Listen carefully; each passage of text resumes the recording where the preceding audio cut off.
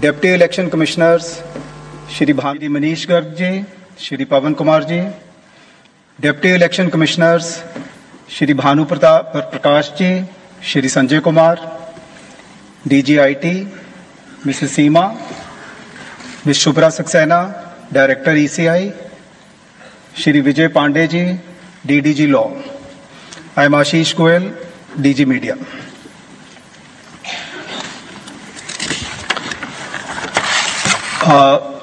As always, the format of our PC would be, we'll start with the address by the Honorable Chief Election Commissioner, which will be followed by a presentation, that will be followed by a question answer session. Sir. Honorable Election Commissioner Dr. Sukhbir Singh Sandhu ji, Honorable Election Commissioner Dr. Vivek Joshi, election commission के senior officers, media के हमारे साथी और आपके माध्यम से जुड़े हुए इस देश के सभी मतदाता, आप सबको नमस्कार। आज हम सब स्पेशल इंटेंसिव रिवीजन के दूसरे चरण के रोल आउट के संबंध में आयोजित इस प्रेस कॉन्फ्रेंस में उपस्थित हैं। मैं आप सभी का हार्दिक स्वागत करता हूं। सबसे पहले मैं लोक आस्था और सूर्य उपासना के महापर्व छठ पूजा के इस पावन अवसर पर बिहार के सभी मतदाताओं को हार्दिक शुभकामनाएं देता हूं।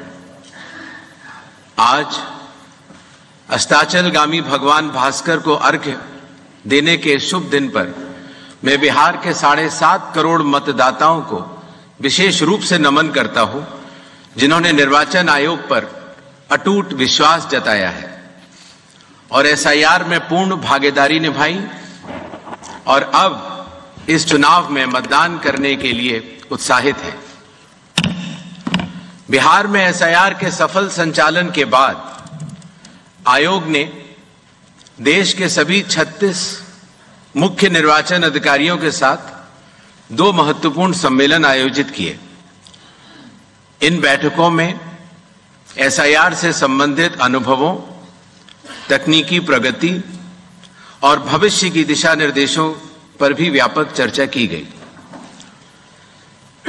पिछले SIR की मतदाता सूची से मैनुअल भी और तकनीकी तरीके से भी दोनों स्तरों पर मिलान का कार्य लगभग पूरा कर लिया गया है और इसके तैयारी के आधार पर अब चयनित राज्यों में SIR का दूसरा चरण प्रारंभ किया जाएगा। याद रहे, SIR का प्रमुख उद्देश्य है हर योग्य मतदाता को सूची में शामिल करना और अयोग्य को मतदाता सूची से हटाना। आइए अब PPT के माध्यम से आपको विस्तार में SIR के इस फेज 2 के बारे में बताते हैं। जैसा कि आप सबको पता है, SIR का फेज 1 समाप्त हुआ और इस चरण की सबसे बड़ी खूबी यह रही कि बिहार के 7.5 करोड़ मतदाताओं ने बढ़ चढ़कर पार्टिसिपेट किया। 90,000 BLOs, सभी 12 राजनीतिक दलों के 1.6 लाख बूथ लेवल एजेंट्स, सब ने मिलकर मतदाता सूची को शुद्ध बनाने का कार्य किया और नतीजा आपके सामने है। 0 अपील्स, अर्थात बिहार की मतदाता सूची अधिकतम शुद्ध मानी जाएगी। अब फेज 2 12 राज्यों में या संघ शासित प्रदेशों में आरंभ होने वाला है। नेक्स्ट।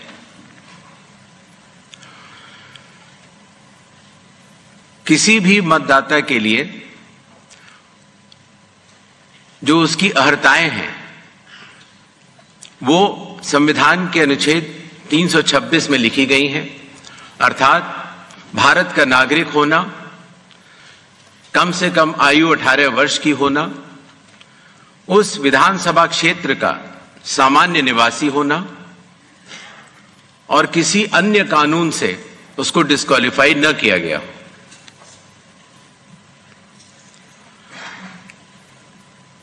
एसआईआर की आवश्यकता के बारे में काफी चर्चा हो चुकी है, लेकिन फिर भी चुनाव आयोग एक बार आपको बताना चाहेगा कि चुनावी कानून के तहत हर चुनाव से पहले इलेक्टोरल रोल का रिवीजन आवश्यक है, और या जब भी चुनाव आयोग आवश्यकता अनुसार निर्धारित करे। विगत कुछ दशकों से लगभग हर राजनीतिक पार्टी ने मतदाता सूची के शुद्ध न होने के ऊपर चुनाव आयोग को लगातार शिकायतें दी हैं। पहले सन 1951 से लेकर 2004 तक लगभग 8 बार स्पेशल इंटेंसिव रिवीजन इस देश में चुनाव आयोग ने कराया है, और आखिरी इंटेंसिव रिवीजन लगभग 21 साल पहले 2002 से लेकर 2004 की मियाद में पूरा किया गया था। इस लंबे दौर में, 2 दशकों से भी अधिक लंबे दौर में, मतदाता सूची में कई परिवर्तन आवश्यक हो जाते हैं, जैसे कि भारत की विकास गाथा के साथ साथ लोगों का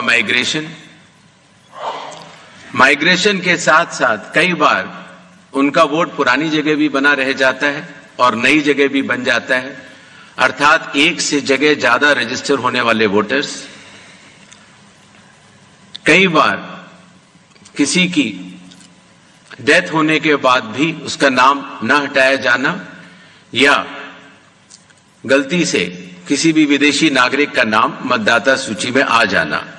इन चारों कारणों की वजह से चुनाव आयोग ने निर्णय लिया कि पूरे देश में चरणबद्ध तरीके से एसआईआर कराया जाए, और इसकी पहली कड़ी बिहार आपके सामने समाप्त भी हो चुकी है, और बड़े सफलतापूर्वक लोगों ने चुनाव आयोग पर विश्वास भी जताया है। एसआईआर करते समय एक बहुत बड़ी संख्या में चुनावी कर्मी चुनाव आयोग के साथ कंधे से कंधा मिलाकर काम करते हैं।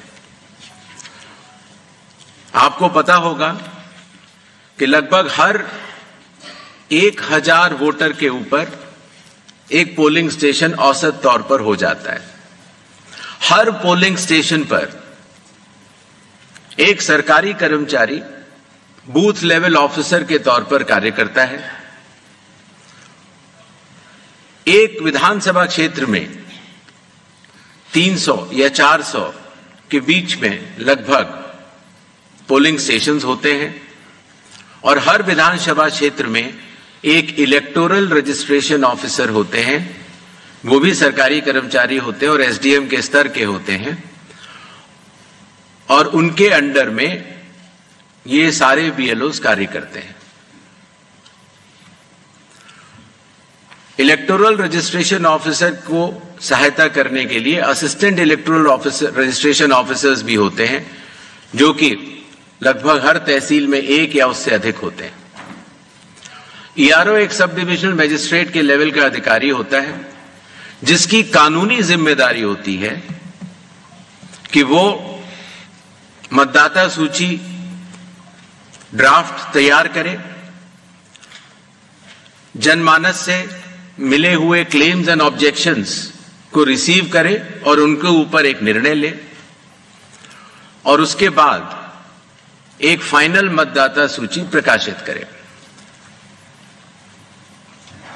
ईआरओ के इस निर्णय के बाद, अर्थात फाइनल मतदाता सूची प्रकाशित करने के बाद, अगर किसी भी सिटीजन ऑफ इंडिया को, उस विधानसभा क्षेत्र में रहने वाले किसी भी मतदाता को अगर कोई भी अपील करनी हो तो वो उस जिले के जिला अधिकारी के पास कर सकता है, और अगर वह जिलाधिकारी के निर्णय से भी असंतुष्ट हो तो उस राज्य के चीफ इलेक्टोरल ऑफिसर के पास अपनी सेकंड अपील दायर कर सकता है। यह मैं इसलिए आपको बता रहा हूं कि बिहार में सभी राजनीतिक दलों के साथ मिलकर जब एसआईआर हुआ, उसके बाद जो जिला मजिस्ट्रेट्स के पास अपील आई 38 जिलों में, वह शून्य थी। अर्थात ईआरओ और इलेक्टर्स ने मिलकर और बूथ लेवल एजेंट्स ने मिलकर बहुत ही अच्छा काम किया।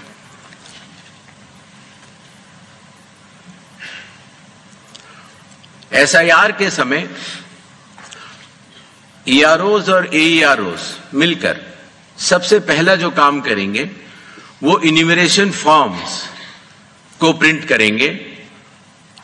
जिन राज्यों में एसआईआर हो रहा है या अभी होने वाला है, उनकी मतदाता सूची आज रात को 12 बजे फ्रीज कर दी जाएगी और उन हर मतदाता को जिसका नाम उस सूची में है, उसको एक यूनिक इन्यूमरेशन फॉर्म प्रिंट करके बीएलओ उसके घर देने जाएंगे। इन्यूमरेशन फॉर्म में वो आवश्यक डिटेल्स होंगे जो कि आज की मतदाता सूची में हैं। जब बीएलओ फॉर्म्स डिस्ट्रीब्यूट करना शुरू करेंगे एग्जिस्टिंग इलेक्टर्स को, उसके बाद इन्यूमरेशन फॉर्म में जिसका भी नाम है वो उसको लिंक करने का प्रयास करेंगे कि क्या उन्हीं का नाम 2003 की सूची में था। अगर था तो उनको कोई भी कागज और नहीं देने होंगे। इसी तरीके से अगर उनका नाम स्वयं नहीं था और उनके पिताजी या माताजी का नाम था तो भी उनको कोई और कागज नहीं देने होंगे। तो ये लिंकिंग और मैचिंग, बिहार जब हमने एसआईआर किया था तो सिर्फ बिहार की अवेलेबल थी और आज पूरे देश की 2002 से 4 में हुए एसआईआर की मतदाता सूची जो लिंक दिया गया है voters.eci.gov.in पर कोई भी देख सकता है और इस मैचिंग को स्वयं भी कर सकता है। बीएलओज, बूथ लेवल ऑफिसर्स एसआईआर की प्रमुख कड़ी होते हैं। जब वो घर जाते हैं तो कई बार ऐसा भी हो सकता है कि किसी और व्यक्ति की उम्र उस घर में 18 साल के ऊपर की हो गई हो, तो हाथ की हाथ उसी समय वो उनका फॉर्म 6 भी भरवा लेंगे और डिक्लेरेशन भी ले लेंगे और उसकी मैचिंग और लिंकिंग भी पुराने एसआईआर से कर लेंगे। कई बार हमारे मतदाता अगर पढ़ने या लिखने में उनको दिक्कत है तो बूथ लेवल ऑफिसर उनको इन्यूमरेशन फॉर्म भरने में मदद भी करेगा और मदद करने के बाद इस तरह के सारे इन्यूमरेशन फॉर्म्स मैचिंग और लिंकिंग करने के बाद वो ईआरओ और एईआरओ को जमा करेगा। कई बार एक बार जब बूथ लेवल ऑफिसर घर जाता है तो या तो कुछ मतदाता अवेलेबल नहीं होते या कहीं गए होते हैं और या उनको मैचिंग या लिंकिंग करने में कोई समय लग रहा हो, तो ऐसे केस में बूथ लेवल ऑफिसर्स दूसरी बार भी जाएंगे और तीसरी बार भी जाएंगे। 3 बार हर बीएलओ हर घर जाएगा। जो प्रवासी लोगों की समस्या को हटाने के लिए जो राज्य से कुछ समय के लिए बाहर गए हुए हैं लेकिन वहीं के सामान्यतः रहने वाले हैं, वो ऑनलाइन भी भर सकते हैं और खास तौर से कई बार अर्बन वोटर्स को, क्योंकि उनके दिन के समय ही ऑफिस आवर्स रहते हैं, तो वो भी ऑनलाइन भर सकते हैं। बूथ लेवल ऑफिसर का यह भी कार्य होगा कि जब वो इन्यूमरेशन फॉर्म देता है तो इन्यूमरेशन फॉर्म दस्तखत करके मतदाता को वापस भी करना होता है। तो अगर मतदाता की मृत्यु हो चुकी हो या वो स्थायी रूप से प्रवास कर चुका हो या वो एक से जगह ज्यादा रजिस्टर हो गया हो, तो वो उस जगह दस्तखत नहीं कर पाएगा और ऐसे लोगों की शिनाख्त करना भी बीएलओ की जिम्मेदारी है। एक बात मैं फिर कहना चाहता हूं कि जो मतगणना, वो इन्यूमरेशन फॉर्म की जो फेज होगी उसमें किसी भी व्यक्ति से किसी और कागज की आवश्यकता नहीं होगी, बस उन्हें अपनी मैचिंग या लिंकिंग दिखानी होगी कि 2003 में किसके साथ है। नेक्स्ट, सारे फॉर्म्स मिलने के बाद ईआरओ और एईआरओ ड्राफ्ट सूची प्रकाशित करेंगे। ड्राफ्ट सूची में उन्हीं मतदाताओं का नाम होगा जिनके इन्यूमरेशन फॉर्म्स वापस मिल गए हैं। जिन मतदाताओं की मैचिंग या लिंकिंग नहीं हो पा रही है, 2003 में कहां थे, 2003 में आपके माता पिता भी नहीं थे या कोई भी नहीं था, ऐसे लोगों को भले ही उनका इन्यूमरेशन फॉर्म मिल गया हो, लेकिन नोटिस जारी करेगा ईआरओ और एईआरओ, और नोटिस जारी करने के बाद फिर वो उनकी एलिजिबिलिटी डिसाइड करेगा इंक्लूड करने के लिए या एक्सक्लूड करने के लिए बेस्ड ऑन इंडिकेटिव डॉक्यूमेंट्स, जो मैं आगे बताऊंगा। ईआरओ और एईआरओ की यह जिम्मेदारी होगी कि कोई भी योग्य मतदाता छूटे ना और कोई भी अयोग्य मतदाता सूची में अंदर ना आ पाए। ईआरओ के फैसले के खिलाफ कानूनी तौर पर जिला मजिस्ट्रेट के पास एक अपील होती है, जो मैंने आपको बताया, और जिला मजिस्ट्रेट के फैसले के खिलाफ चीफ इलेक्टोरल ऑफिसर के पास भी सेकंड अपील होती है। जो प्री इन्यूमरेशन फेज है, जो आज रात को 12 बजे से शुरू होगा, उसमें कंप्यूटर मैचिंग और लिंकिंग पिछले एसआईआर से ईसीआई नेट के जरिए की जा रही है, उसको आगे बढ़ाया जाएगा। मैनुअल मैचिंग और लिंकिंग काफी हद तक बूथ लेवल ऑफिसर्स ने इन राज्यों में कर ली है, और ट्रेनिंग जो बीएलओज की है, ईआरओज की है और डीओज की है। हालांकि काफी ट्रेनिंग हम लोग यहां ट्रिपल आईडीएम में कर चुके हैं, बट एक बीएलओ, ईआरओ और डीओ की ट्रेनिंग कल से शुरू होगी। सभी राजनीतिक दलों से 6 नेशनल पार्टीज जो कि हर राज्य में मौजूद हैं, और हर राज्य की जो स्टेट पॉलिटिकल पार्टीज हैं, उन सभी से निवेदन है कि वो अपने बूथ लेवल एजेंट्स अगर उन्होंने नामित नहीं किए हैं किसी भी बूथ पर, तो जरूर कर लें।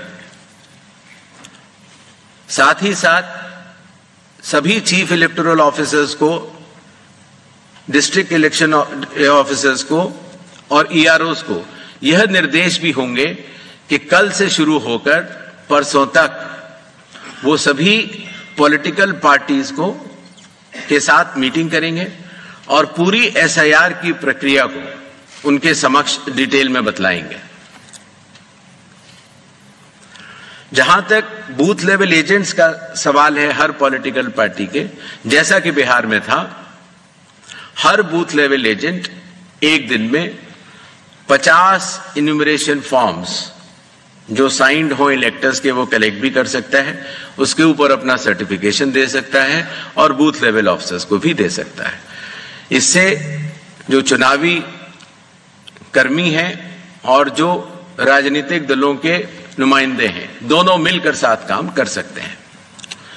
इन्यूमरेशन फेज में इन्यूमरेशन फॉर्म की प्रिंटिंग, डिस्ट्रीब्यूशन, मैचिंग और लिंकिंग विद 2002, 3 या 4 इलेक्टोरल रोल्स और इन्यूमरेशन फॉर्म्स को वापस कलेक्ट करने का कार्य होगा। और साथ ही साथ, जैसा आप सबको पता है, मतदाताओं की सुविधा के लिए चुनाव आयोग ने निर्णय लिया है कि किसी भी मतदान केंद्र में 1200 से अधिक मतदाता नहीं होने चाहिए, जिससे कि भीड़ न लगे। उसके हिसाब से रैशनलाइजेशन ऑफ पोलिंग स्टेशंस भी होगा।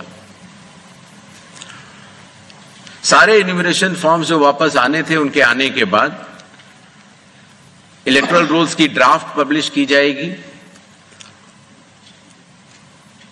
ये सारी स्टेप्स वही हैं जो बिहार में हुई हैं, और उसी के साथ साथ चूंकि इन्यूमरेशन फॉर्म लेते समय ये पता लग जाता है कि ये व्यक्ति एब्सेंट है या शिफ्टेड है या डेथ है या डेड है या उनके डुप्लीकेट वोट्स बने हुए हैं, उन सब की लिस्टें बिहार में भी वो सभी बीएलए से भी शेयर की गई थी।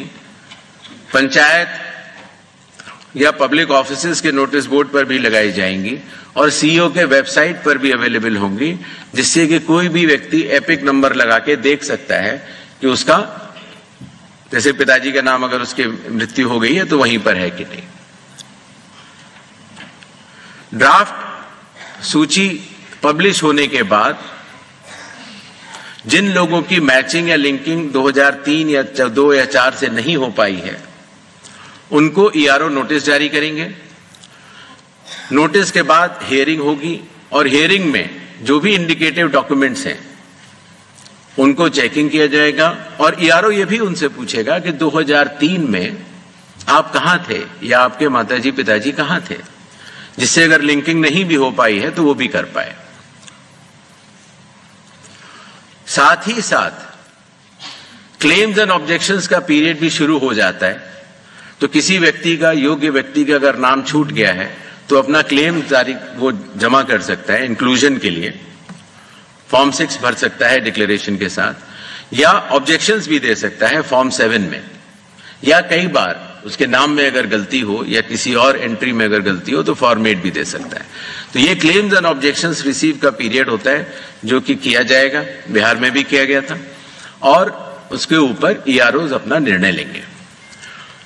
ये कार्य पूर्ण होने के बाद फाइनल रूल्स पब्लिश होंगे और उसके बाद 15 दिन का समय जिला मजिस्ट्रेट के पास फर्स्ट अपील देने का और उसके बाद सीईओ के पास सेकंड अपील देने का, सभी के पास ये कानूनी मार्ग उपलब्ध होगा।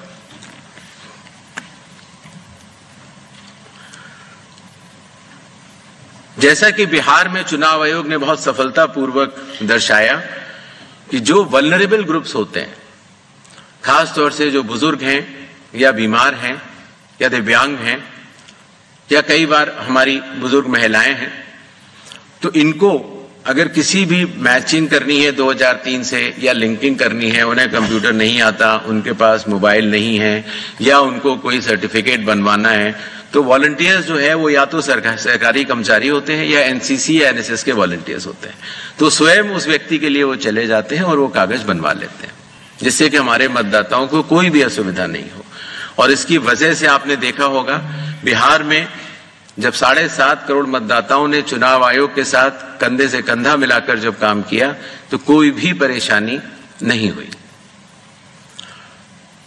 इस फेज में एसआईआर के समय 1200 तक हम पोलिंग स्टेशंस को भी रैशनलाइज कर लेंगे और कुछ नए पोलिंग स्टेशंस भी खोले जाएंगे जो कि बदलाव के साथ साथ हाई राइज बिल्डिंग्स में भी होंगे या गेटेड कॉलोनीज में या कई बार जो स्लम क्लस्टर्स छूट गए हैं वहां पर भी। इस विषय पर जो ड्राफ्ट पब्लिश होता है उसमें पॉलिटिकल पार्टी से डीओज चर्चा भी करते हैं और उसके बाद ये 1200 हर पोलिंग स्टेशन की अलग अलग मतदाता सूची प्रकाशित की जाती है।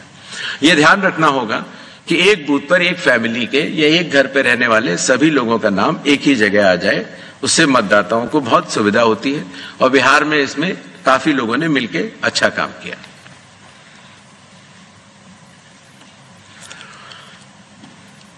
जो बिहार का एसआईआर हम लोगों ने कराया उससे चुनाव आयोग को यह भी समझ में आया कि इन्यूमरेशन फॉर्म में एक छोटा सा परिवर्तन करना आवश्यक है। अर्थात जहां रेड बॉक्स आप देख रहे हैं वहां डिटेल्स ऑफ प्रीवियस एसआईआर है। अर्थात 2003 में अगर आप स्वयं थे तो उसके डिटेल्स भर दें या 2003 में आपके पिताजी या चाचा या कोई भी उस जनरेशन के थे उनका भर दें, जिससे कि मिलान सरल हो जाए।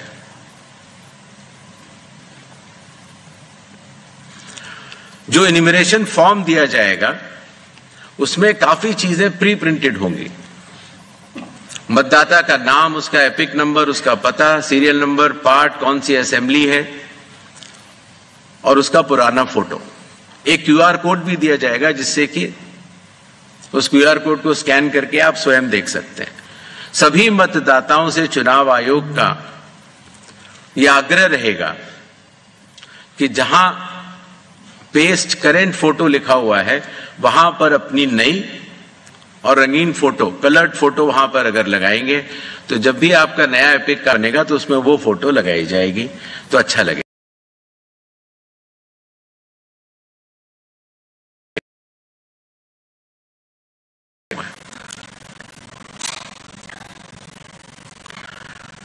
इन्यूमरेशन फॉर्म का ये हिस्सा है जो प्री प्रिंटेड के बाद नीचे आता है, उसमें ये डिटेल्स इलेक्टर्स को भरने होंगे। आधार नंबर बिहार में भी ऑप्शनल तरीके से चुनाव आयोग ने लिया था और इस बार भी आधार नंबर लिया जाएगा। फादर का नाम भी है, एपिक भी है, आपके स्पाउस मदर फादर का नाम भी, डेट ऑफ बर्थ भी। जी, जो प्रीवियस एसआईआर के जो 2 खाने मैंने आपको बताए थे, उसमें स्वयं का अगर नाम है तो पहला जो बाईं तरफ वाला बॉक्स है, इसमें इलेक्टर का नाम एपिक अगर उसका है उस समय तो, बिकॉज 2003 में कई लोगों के पास एपिक नंबर नहीं था। रिलेटिव का नाम, कई बार फादर का नाम होता है और रिलेशनशिप, तो वहां पर फादर होगा।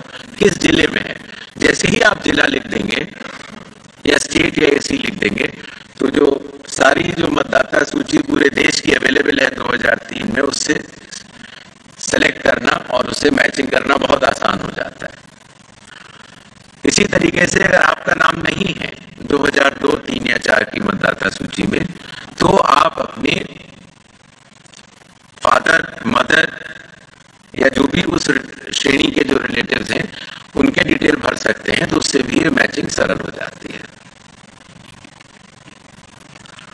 क्लेम्स एंड ऑब्जेक्शंस के पीरियड में फॉर्म 7 और फॉर्म 8 की आवश्यकता पड़ती है और फॉर्म 6 तो खैर चूंकि न्यूमरेशन फेज में ही इस बार हम कलेक्ट कर ले रहे हैं। बिहार में हम लोगों ने उसको बाद में किया था, लेकिन इस बार हम शुरू से ही कर ले रहे हैं।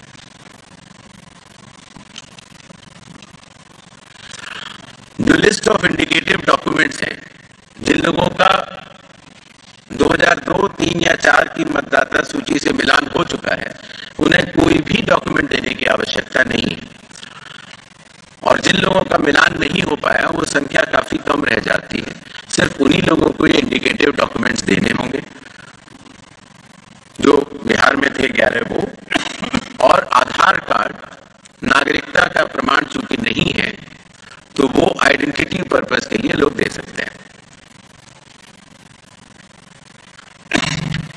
नेक्स्ट, ये वो 12 राज्य हैं जहां पर कल से एसआईआर शुरू होने वाला है।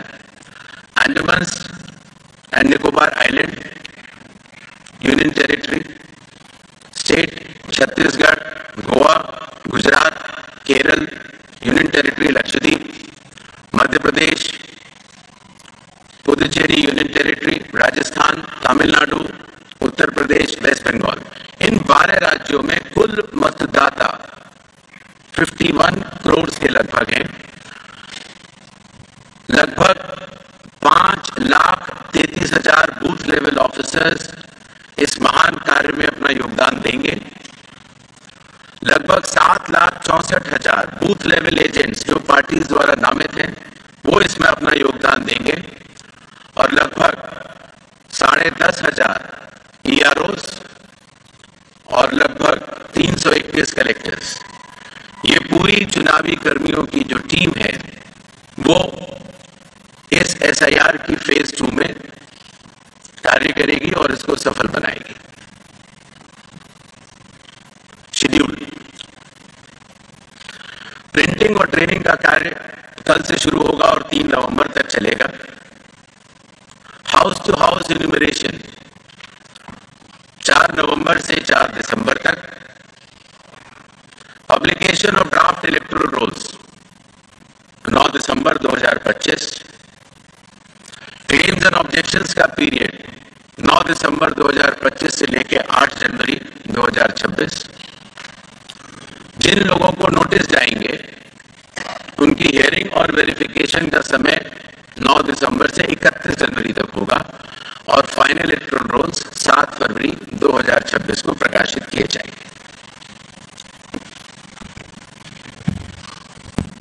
धन्यवाद।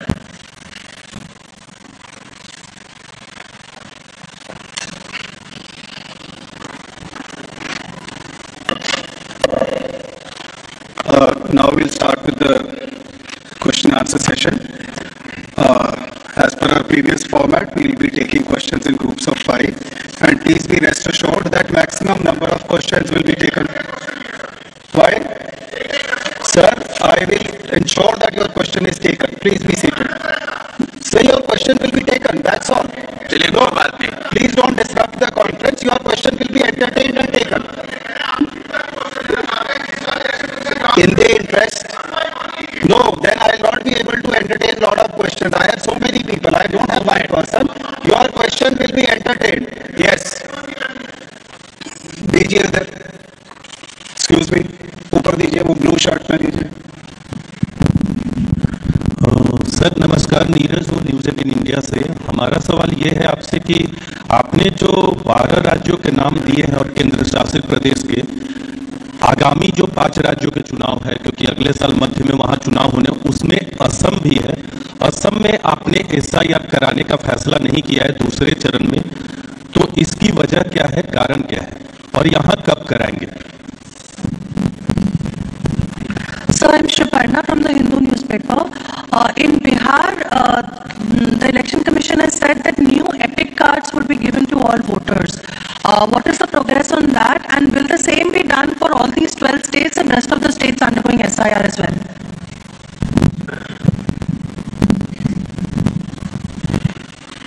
जी सर, मैं मनीष अग्रवाल नौभाटाई से।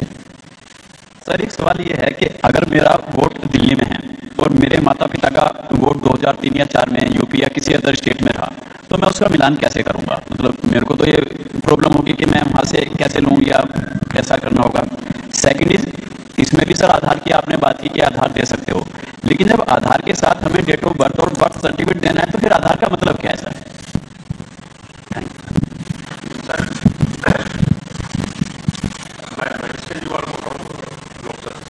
सर मेरा सवाल ये है कि जो सेकंड पेज में वेस्ट बंगाल में जो आपका माइक थोड़ा इसको पास कीजिए. माइक सर सेकंड पेज में जो SIR होना है विशेष करके वेस्ट बंगाल में, तो उसमें मुख्यमंत्री ने दूसरा माइक.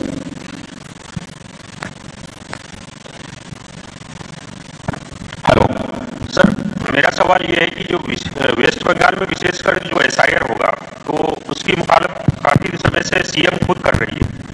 उसको लेकर जो गतिरोध है आपके और उनके बीच में, तो इसको लेकर क्या कोई विशेष बैठक होगी आपके बीच में?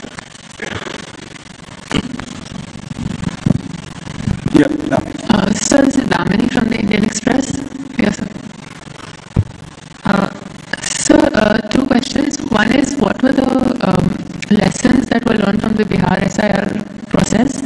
And secondly, sir, in the case of the June 24th order for Bihar, there was instruction to EROs to refer cases of suspected foreign nationals to the competent authority. How many such cases have been referred in Bihar, and will these instructions apply to the rest of the states and UTs as well?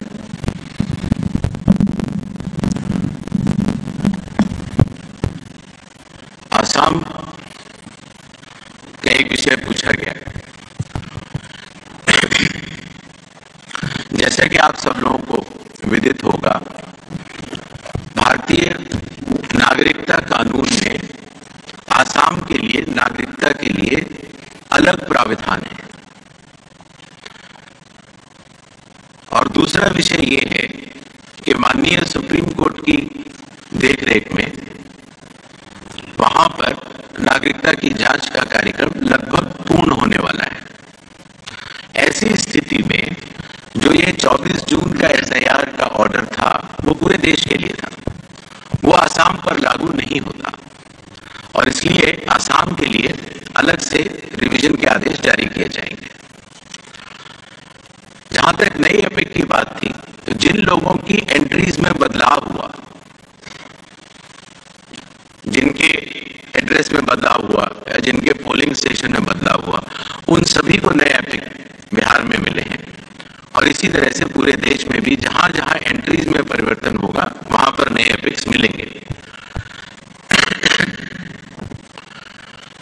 जो matching और linking का प्रश्न पूछा गया, voters.eci.gov.in पे अगर आप जाएंगे तो आप 2002, 2003 और 2004 की मतदाता सूची को स्वयं देख सकते हैं। BLO भी स्वयं देख सकता है। सूची देखने के लिए आपको उसमें सबसे पहले राज्य बताना होगा, फिर आपको जिला बताना होगा, और उसके बाद जिले में वो सर्च की जा सकती है कि मेरा नाम कहाँ है। इसीलिए अगर आप दिल्ली में हैं और आपके अगर माता पिता यूपी के रहने वाले थे, मान लीजिए लखनऊ के रहने वाले थे, तो आपको उधर जाना है यूपी पर, फिर लखनऊ बटन दबाना है, फिर माता पिताजी को वहां सर्च कर लेना है और आपको लिंक का वो बटन दबा देना है। इतनी सरल प्रक्रिया उसको हमारे आईटी डिपार्टमेंट ने बनाई है। जहां तक आधार की बात है, माननीय सुप्रीम कोर्ट ने कहा है कि आधार का उपयोग आधार एक्ट के अनुरूप होगा और आधार एक्ट के सेक्शन 9 में यह कहा गया है कि आधार डोमिसाइल का या सिटीजनशिप का प्रमाण नहीं होगा।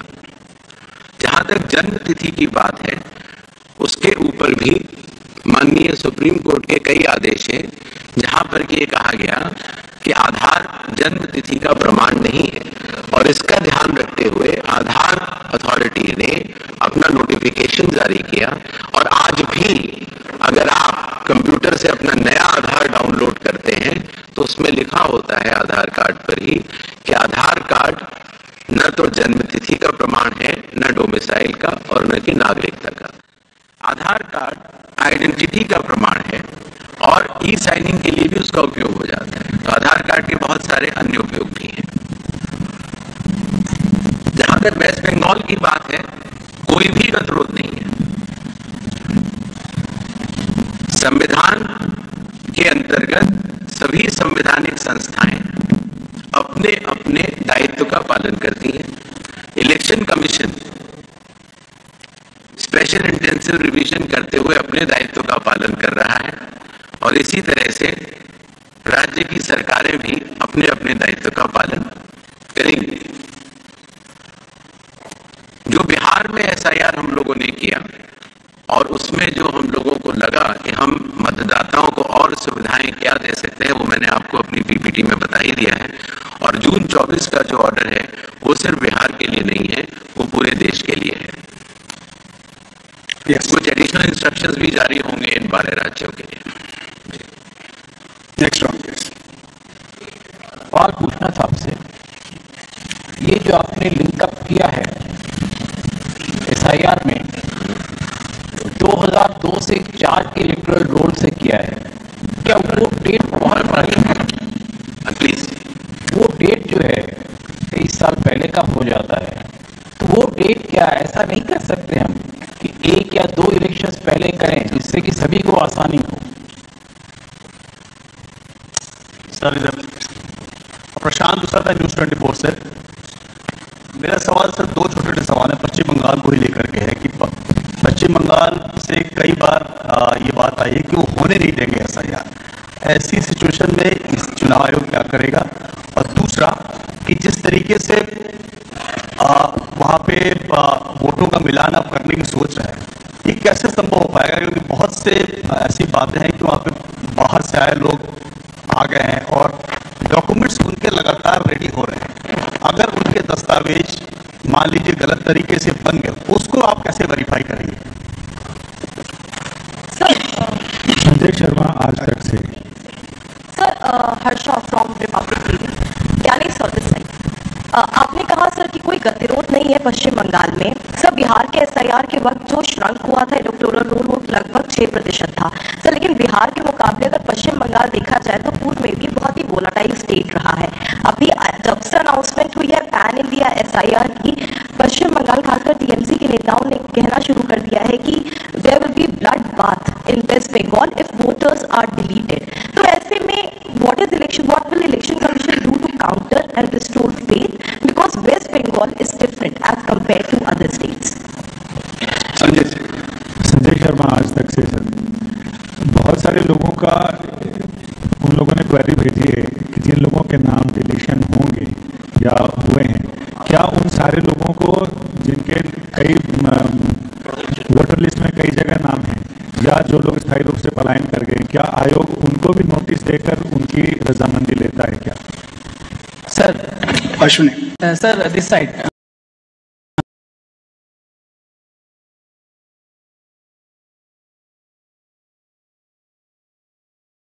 नाम 2 जगह रजिस्टर थे और क्या वो एप्लीकेशन अब अभी जो एसआईआर सेकंड फेज शुरू हो रहा है उसमें उपयोग किया जाएगा?